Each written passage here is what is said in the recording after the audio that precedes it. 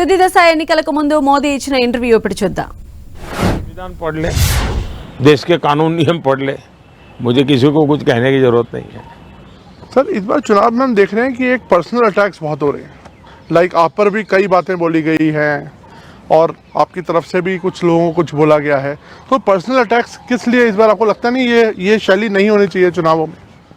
जहाँ तक मोदी का सवाल है, मैं तो पिछले 24 साल से गालियाँ खा करके गाली प्रूफ हो गया हूँ. मौत का सौदागर किसने कहा था? गंदी नाली का कीड़ा किसने कहा था? और मेरे यहाँ तो पार्लियामेंट में एक दिन हमारे एक साथी ने हिसाब लगाया था, 101 गालियाँ गिनाई थी. तो चुनाव या चुनाव न हो, ये लोग मानते हैं कि गालियाँ देने का हक उनका ही है. और वे हताश निराश इतने हो चुके हैं कि गालियाँ देना, अपशब्द बोलना, ये उनके शायद जहन में है, उनके स्वभाव में हो गया है. प्रधानमंत्री जी, एक आरोप विपक्ष और लगा रहा है कि ईडी, आईटी, सीबीआई इसका इस्तेमाल किया जा रहा है विरोधियों को दबाने के लिए. मेरा मीडिया को सवाल है कि विपक्ष ने आपको ये कूड़ा कचरा पकड़ा दिया, वो कूड़ा कचरा लेकर के आप हमारे पास पहुंच जाते हैं. मीडिया वाले रिसर्च करें कि भाई सरकार के लिए क्या सवाल पूछने चाहिए, प्रधानमंत्री को क्या सवाल पूछना चाहिए.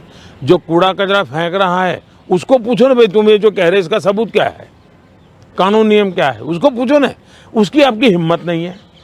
लेकिन वो जो कूड़ा कचरा फेंकते हैं, वो कूड़ा कचरा लेकर के आप मेरे यहाँ आते हैं. ये ठीक है कि मैं रिसाइकल के मानता हूँ, तो मैं इस कूड़े कचरे का रिसाइकल करके उसको खाद में परिवर्तित कर दूंगा और उसमें से देश के लिए कुछ न कुछ अच्छी चीज़ें पैदा कर दूंगा, इसलिए वो तो मैं करूंगा. लेकिन सरकार क्या करती है? आज गांव के सरपंच को चेकबुक पर सही करने का अधिकार होता है, देश के प्रधानमंत्री को नहीं है. ये इतना नॉलेज नहीं है इन लोगों को. देश के प्रधानमंत्री के पास इस प्रकार का कोई अधिकार नहीं होता है. मोदी सरकार का मैंडेट क्या है? मोदी सरकार ने अपने अफसरों को कहा है कि मेरी सरकार करप्शन के विषय में जीरो टॉलरेंस. अब ये दफ्तर के अंदर बैठे हुए लोगों का काम है कि उसको लागू करें.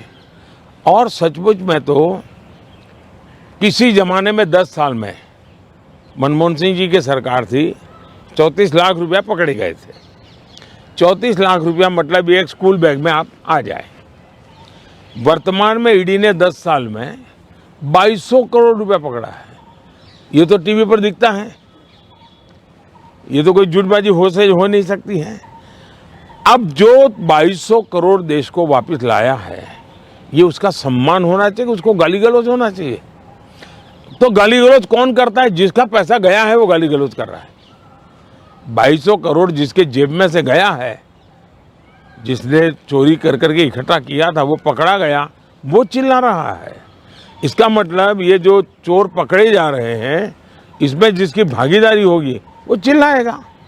मुझे थोड़े से अलग मुद्दे पर आते हैं. कश्मीर में हम इस बार देख रहे हैं रिकॉर्ड वोटिंग हो रही है.